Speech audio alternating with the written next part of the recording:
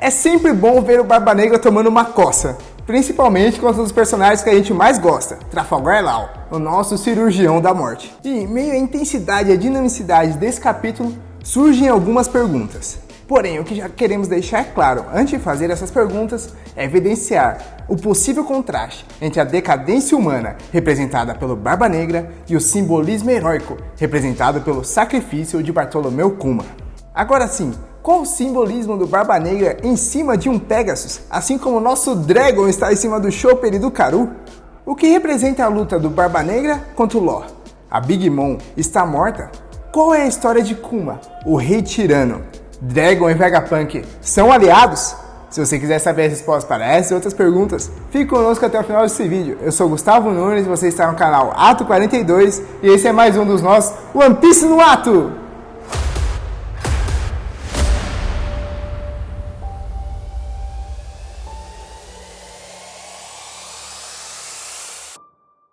E como sempre, o capítulo foi dividido em 4 atos. Logo na história de capa, nós já temos a revelação que todo mundo já sabia, que o Kuzan... É muito estranho. Que o Aokiji é o capitão, é um dos capitães do Barba Negra. E que ele e o Van Algur foram os responsáveis por capturar a Pudding, a filha da Big Mom. E agora, partindo para o capítulo em si, ele já chega todo frenético. E o primeiro ato já começa na intensidade, com o Barba Negra chegando montado naquele Pegasus ridículo e também em cima do Doc Q. Todos eles indo contra o nosso cirurgião da morte. E já é interessante vermos essa proposta do Yin Yang que é tão comum nas obras orientais. Mas onde você está vendo isso, Gustavo? Primeiro, nós já podemos perceber o contraste com o Pegasus, que ele é um ser elevado, porém o Oda representa ele como um cavalo todo ferrado, todo lascado. E outro contraste muito evidente é o Barba Negra estar em cima dele. Então, como dissemos, o cavalo alado representa uma possibilidade de elevação espiritual. Sempre foi assim. Mas o Barba Negra, ele representa o mal em si. Então, quando nós vemos esses dois seres juntos, nós podemos perceber claramente os opostos, o Yin e Yang estando unidos em prol de um mesmo objetivo. Porém, realmente faz sentido o Barba Negra estar em cima desse animal. E por quê? Para sabermos isso, temos que ir lá para a mitologia grega. E quem foi o único homem que conseguiu montar o Pegasus? O Hércules da Disney? Lógico que não. Quem montou o Pegasus foi Belorofonte. E ele era o maior dos homens de seu tempo. Ele derrotou a Quimera, que era um monstro terrível, que tinha cabeça de leão, corpo de cabra e serpente de cauda. De cauda não, e serpente de cobra. Serpente de cauda. Ele ainda derrotou uma tribo de guerreiros que eram filhos de Ares, o deus da guerra, e ele também derrotou as Amazonas. E por causa de tão grandes feitos, ele acabou se achando demais e foi logo lá e pensou: se eu sou tão perfeito assim, eu só posso ser um deus, não é não? E montado em seu Pegasus, ele decide voar até o Olimpo. O que é uma ideia bem ruim, porque Zeus fica puto e faz ele cair do cavalo, lá de cima de alturas exorbitantes. E o Barba Negra também irá ser derrubado de cima do Stronger. Então, se formos olhar essa alegoria, o que fica claro pra gente? Percebemos facilmente que o Barba Negra, assim como o Belerofonte, irão representar a soberba, o orgulho do ser humano, ou, dentre outros símbolos, a ganância. Mas essa representação do Barba Negra a gente já sabia por aqui, porque nós fizemos um vídeo inteiro só sobre isso. Nós fizemos os limites da ganância do Barba Negra, que você não entendeu sobre esse personagem. E nós relacionamos ele com o livro Macbeth, de William Shakespeare, o gênio, o grande. Então, se você ainda não assistiu, clica nesse cara que está aparecendo aqui em cima, porque humildemente falando, modestamente falando, esse vídeo está muito bom, está espetacular. Eita. Então, se você ainda não viu, vai assistir ele lá, porque, modestamente falando, esse vídeo está espetacular. O card está aqui em cima para esse vídeo. Mas vamos por parte. O Barba Negra vem para cima, mas o Law já chega surpreendendo. Ele vem com tudo e com sangue no olho. Ele usa o despertar da sua técnica e já corta o cavalo no meio. E podemos perceber, talvez, a luta mais preocupante para o Barba Negra até agora. Mais perigosa do que contra o Barba Branca, Gustavo. Talvez. E por quê? Porque o Barba Negra está despreparado. Ele não sabe todas as informações sobre o bando do Law. Ele fica super surpreso quando ele vê o Law despertando a sua técnica. E como sabemos, o Tite sempre luta sabendo que vai vencer, porque ele já reúne todas as informações sobre o seu aniversário previamente. Ele sabia tudo sobre o Ace, tudo sobre o Barba Branca, e ele também sabia tudo sobre a Imperatriz Pirata, que ele lutou mais recentemente. Então ele deve ser bem tenso nessa luta contra o Law, para falar a verdade. Mas isso realmente não importa tanto. Porque quando você é forte pra caramba, tanto faz ter informação ou não. E o que a gente sabe é que o Barba Negra é muito forte. E nós podemos perceber isso logo em seguida, porque ele é cortado e já usa Gura Gura no Mi, a fruta do terremoto, aquela que pertencia ao antigo homem mais forte do mundo. E todo mundo fica, meu Deus, ele é muito forte. E realmente, ele é mesmo. E algo que eu achei bem estranho nesse capítulo, que eu fiquei bem incomodado, foi que, beleza, tudo bem eles não saberem sobre o despertar do LoL, porque o Wano é um país bem fechado e as informações do que acontecer ali demoram para correr o mundo. Mas o Doc que não saber que os cortes do LoL não matam ninguém, aí eu já achei besteira, porque ele ficou pensando que o cavalo dele já tinha morrido. Mas isso aí é algo que todo mundo sabe sobre o LoL, pô. Essa aí é informação básica. Todo inimigo, quando vai lutar, tem que saber pelo menos o básico do outro. Pode ser que eu esteja sendo picuento, mas será que o Oda errou ao fazer essa observação do Doc Q? E algo que com certeza surpreendeu todo mundo foi o bando dos Piratas do Coração. Eles não são fortes, pelo menos por enquanto, mas eles são úteis, e isso é algo que a gente nem esperava deles, a utilidade. A gente pensou que era só um monte de NPC figurante que ficava ali atrás. Logo no começo da luta, o LoL já fala pro Sat e pro Penguin irem para debaixo da água. E por quê? Porque eles são especialistas no combate aquático, e tudo que eles precisam fazer é afundar o navio dos outros. Mas não apenas isso. O Bebo tem uma audição muito boa, e isso não é nem hack, é apenas a característica dele de ser um urso. E ele consegue saber onde Voangur, o atirador do bando Barba Negra, vai estar. E com isso ele já consegue rearranjar a tripulação, realocar ela, para que o LoL consiga ser protegido. E quando ele faz isso, Jean Bart vira um escudo pro LoL. E nós podemos ver que ele é muito resistente, conseguindo resistir a um tiro. E tudo isso dá tempo pro LoL usar o seu poder, deixando o Barba Negra bem lascado. E vale lembrar que o Teach toma o dobro do dano por causa do efeito negativo da sua Akuma no Mi da escuridão. Então, só com um ataque ele já vai ficar todo ensanguentado, caído no chão, todo ferrado. E o Van Algur vai lá e pergunta pra ele. E ele faz a mesma pergunta que a gente vai fazer agora pra vocês. Você já se inscreveu no nosso canal, já deixou o seu like, já ativou as notificações? Então faz isso agora, porque senão depois você vai esquecer. Se você estiver gostando do nosso vídeo, vai lá e faz isso. Beleza? Agora que você já fez, porque você não tá me enganando, eu tenho certeza disso, que você já fez, vamos continuar com o nosso vídeo. E o Algur pergunta, bora passar, capitão, tá dando ruim aqui? E o Teach responde, você tá maluco? A gente mal começou a nossa festa aqui, mal começou a nossa luta, bora arrebentar esses safados. Eles não falam bem com essas palavras, mas dá pra entender o que eles quiseram dizer. E o Lau fica, todo mundo aí tem Akuma no Mi, né? Então é fácil, é só afundar o navio de todo mundo, que aí todo mundo de vocês já era. E o Barba Negra fica, é lógico que todo mundo aqui vai ter Akuma no Mi, elas são os maiores poderes de todos, então qualquer um que consiga comê-la se tornará o mais forte, por isso que todo mundo no meu bando vai ter uma. E isso vai bem de encontro à ideologia que o Kaido nos mostrou, que ele diz, e é algo que a gente também já espera, que o hack seja muito mais forte do que apenas o poder da Akuma no Mi, porque todos aqueles que dependem apenas do poder da sua fruta, geralmente acabam se dando mal, e acabam se perdendo bruscamente por conta do hack. E de fato, principalmente com o hack do rei, a figura do rei já representa um poder divino, um poder superior que está em instâncias acima da nossa, enquanto o poder do diabo está apenas atrelado às coisas de baixo. E se você não está entendendo isso de divino, de coisas de baixo, coisas do alto, o que esse cara tá falando, meu? Que ideia louca é essa? Não tem nada a ver. Vai lá no nosso vídeo que a gente fez sobre o Barba Negra, que já mencionamos antes aqui. O card vai aparecer de novo aqui em cima, porque esse vídeo vai te explicar tudinho. Muita coisa que você não sabe de One Piece está explicado lá. Então, já que perguntaram pra gente lá no Instagram qual é a mensagem da luta do Barba Negra contra o LoL, vamos responder aqui nesse vídeo já direto. A primeira mensagem, mais simples de todas, conseguimos entender facilmente. Não subestime seus inimigos. Reúna o máximo possível de informações que você tem sobre ele e vai pra cima com raça, com sangue no olho. Meu pai conta a história que quando ele estava no ensino médio, a turma dele era melhor no futsal. Não tinha nenhuma que ganhava dele, era uma seleção aquilo. Meu pai jogava no banco, mas a seleção deles era a melhor de todas. Então lá na semifinal, eles jogaram contra o segundo melhor time e eles ganharam.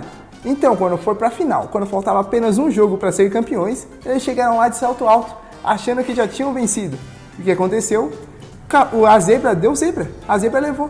E eles perderam, acabaram perdendo achando que já tinham ganhado. Mano, tá muito ruim, cara, para de jogar bola, mano. Em pleno 2022, ano de Copa, ano da eleição... Cala a boca, menino! Então, essa é a primeira mensagem. A segunda lição que podemos tirar, e que é mais difícil de ser enxergada, nós já demos um gancho com a primeira, que é a luta contra a soberba. Não devemos nos deixar levar pela nossa autoestima alta. Ter autoestima é bom, É lógico que é bom estar confiante, todo mundo precisa disso. Porém, quando ela está muito no alto, ela já está extravagante assim demais, você vai ficar uma pessoa insuportável. Ninguém mais vai querer ficar ao seu lado, ninguém vai te aguentar. Nem aqueles que te amam vão te suportar. E no final você vai cair. Simples assim, igual aconteceu com o Barba Negra. E pior, pode ser que você ainda tome uma coça de alguém que você irrite, igual o Lau tá arrebentando o Barba Negra. E tem ainda uma terceira interpretação, só que ela é um pouco mais maluca, então vamos deixar pro Instagram mesmo. Não vamos colocar aqui não, senão o vídeo vai ficar muito longo e muito doido. E então nos é mostrada a Pudding. Os pedaços do Barba Negra estão lá falando, daqui a pouco essa luta acaba, porque o nosso capitão, o nosso almirante é o mais forte de todos. E a Pudding fala, se a Mami estivesse viva, eu duvido que vocês falariam que o Barba Negra é o mais forte. É porque ela acabaria com ele. Então com essa fala nós podemos perguntar, a Big Mom morreu, Gustavo? Muito provavelmente não. Aqui não tem indício nenhum de que a Pudding esteja usando algum poder do seu terceiro olho. E as informações de Wano, igual já dissemos, são muito restritas. E ninguém sabe o que aconteceu de fato com a Big Mom, como que ela está. E ela é um personagem muito importante para a trama. Com toda certeza ela vai aparecer de novo. E a história corta para o segundo ato, focando na Akainu. Mas antes, vale lembrar que o Kobe ainda não foi mostrado. Para quem não lembra, ele foi sequestrado pelo Barba Negra, mas ainda não apareceu. Então ele pode ser uma variável muito importante nessa batalha. Mas a história no segundo ato, que é bem curtinho, dá um close no Akainu. E ele tá boladaço que é um almirante de frota. E por quê? Porque é um cargo cheio de responsabilidades e tem muita burocracia envolvida para mover todos os soldados, todos os marinheiros. Então quando ele descobre que 2 dos maiores piratas estão lutando, ele só pode ficar parado e esperar para ver o que vai acontecer, porque as repercussões serão muito grandes. Mas a gente sabe que o que ele quer fazer mesmo é ir lá pessoalmente e descer a porrada em todo mundo. Só que por causa desse cargo que ele está, ele não pode fazer isso. Então a história entra no seu terceiro ato, com uma cena já bem engraçada mostrando o Luffy com 70 anos em um futuro onde tudo deu errado. Ele e o Chopper estão idosos, e a Bonnie e o Jinbe viraram crianças. E isso aconteceu para despistarem o Kuma pacifista que estava atrás deles. E aqui entra uma grande temática sobre as nossas percepções do mundo, o perigo de uma história única. E o que você quer dizer com isso, Gustavo? Calma que você vai entender. Afinal, qual é a alcunha do Kuma? Ele é chamado de O Tirano. Mais ainda, ele é o rei tirano da ilha de Sorbet. E todo mundo acha realmente que ele era um ditador. O próprio Jinbe diz que acredita nisso. Foi a história que ele ouviu. Ele diz que o Kuma era um rei vil, que foi deposto pela população. E a Bonnie fica muito pistola com isso. Ela diz que o pai dela não é um ditador e que ele deve ter sido forçado a concordar em ser apenas um ciborgue controlado pelo governo. Porém, vamos lá.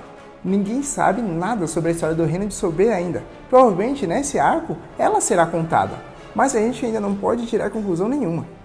E a gente também não pode acreditar totalmente no que a Bonnie está falando. Lembra, a gente não pode acreditar cegamente numa história única. A gente tem que tentar ver todas as possibilidades. E além disso, a Bonnie provavelmente era muito pequena quando tudo deu errado, quando tudo aconteceu. Assim, a nossa teoria envolve partes de ambas as versões ocorridas. Nós vamos levar em consideração tanto o que o governo publica quanto o que a Bonnie diz. E fazendo isso, segundo a gente, a vida do Kuma será muito parecida com a do Lelouch, de Code Geass. Lelouch? Como assim, Gustavo? Relaxa que eu vou explicar. Kuma era um homem que decidiu se aliar com os revolucionários, assim como Lelouch fez. Ambos queriam acabar com esse sistema que existe em voga hoje. Porém, tudo deu errado. O Kuma e o Dragon juntos naquela época não conseguiram ser tão poderosos quanto essa organização gigantesca que é o governo mundial. E o Estado começou a suprimir a população do povo de Sorbet. E o Kuma viu que o seu povo estava sofrendo muito. Então, assim como Lelouch, ele pensou, e aqui vai um spoiler de Code Geass, tá, pessoal? As minhas decisões estão fazendo o povo sofrer, então eu tenho que me responsabilizar por isso. Vou virar um tirano, vou fazer que todo o mal que aflige a população seja focado em mim, vou fazer muita coisa ruim, porque assim eu virarei o foco e representarei tudo o que é maldade. Assim, quando a população me depor, eles serão os heróis, e eles poderão definitivamente falar que acabaram com todas as tribulações que estavam afligindo a vida deles. Então, eles conseguirão, de fato, aproveitar a felicidade. E por causa disso, dessa decisão nobre, o Kuma se tornou um ditador. Talvez esse plano tenha sido bolado também pelo governo, para acabar com a imagem desse herói. E pensar nessa possibilidade de história dele é algo que deixaria o capítulo até mais bonito, porque mostraria em um lugar só a decadência moral da humanidade, representada pelo Barba Negra, com o maior dos atos de demonstração do amor, que é o sacrifício de um herói, representado pela figura do Kuma. Mas por que ele aceita ser uma cobaia? A própria Bonnie diz que aceitar se tornar um humano modificado sem vontade própria é pior do que a morte. Mas o Kuma é forte, ele aguenta isso. Ele percebe que mesmo que o futuro seja sombrio, ainda há uma esperança, ainda há uma chance de salvação. Agora, se ele morresse, não. Se a pessoa morre, toda a possibilidade que ela teria acabou. Mas se ele se tornar uma máquina, ele ainda pode ser útil para os revolucionários no futuro. Ou até mesmo ele pode voltar ao normal depois. E isso é algo que podemos facilmente pensar ser possível, já que no final desse capítulo nos é mostrado que o Dragon e o Vegapunk têm algum tipo de relação, eles se conhecem.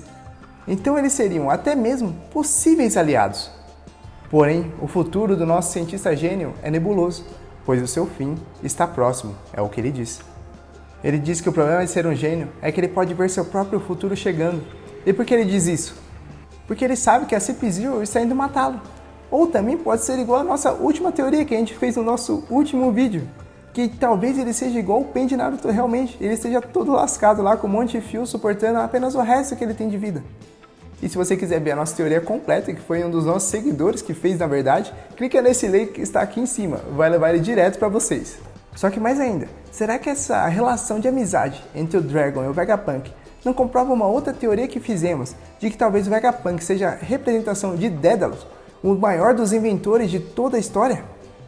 E assim como um ser mitológico, não estaria na verdade o Vegapunk preso em sua ilha Egghead, a ilha que ele teria criado, assim como Daedalus estava aprisionado dentro do labirinto do Minotauro, o labirinto que ele mesmo criou? Por fim, vamos para o quarto ato da Lab Phase.